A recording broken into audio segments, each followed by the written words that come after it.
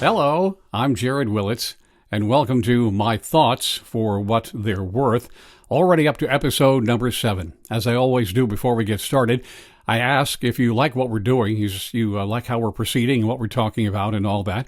I would ask for a like, I'd ask for a share, and maybe even a subscribe. That would be nice.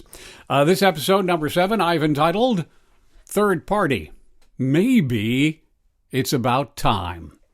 Latest poll numbers. There have been enough polls, I think, that show this, that we can believe them. A lot of polls you really can't believe, I guess. You really have to understand who sponsored the poll, who conducted it, with the questions they asked specifically, who they asked the questions to, and so on and so forth. But there have been enough of these polls in recent days that we can kind of believe what they're saying. And they're saying like 60% plus of American voters really believe, we talked about this before, that both presumed candidates come November, Joe Biden and Donald Trump, are just plain too old for the job. Comes a time, right, when you gotta move on, and so many Americans think, well, they're not up for it anymore. It is a younger person's job, running America. It's a busy gig.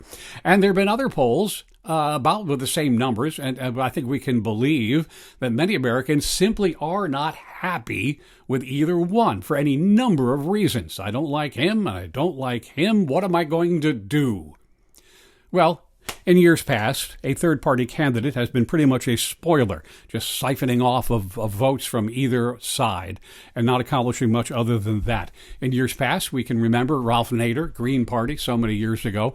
Jill Stein makes a run every election cycle, of course. Ross Perot, perhaps the most famous of the spoilers in third-party history.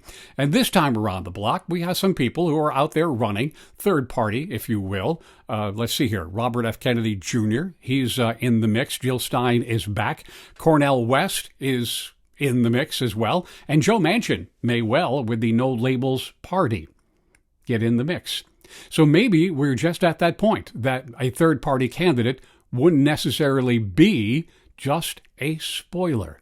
Maybe a real viable candidate. And if the numbers are to be believed, well, maybe there's enough of us who believe that a third-party candidate, whomever it might be, is going to be more qualified and better suited to run the country than either of the two presumed candidates, Joe Biden and Donald Trump.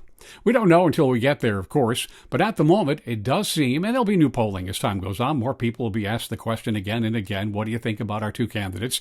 And my guess is they'll pretty much say the same thing, really not very happy. I wish we had a third choice. Well, maybe this time around, we will have a third choice. And those of us who are non-affiliated voters don't have to worry about being at one side or the other. Just make a decision as to who do you think is best for the country. We can make a decision, all of us together. We'll find out come next couple of months, I guess, if a third-party candidate does get out of the small pack that there is and rise above with a lot of good attention from a lot of us. We'll find out in November, that is for sure.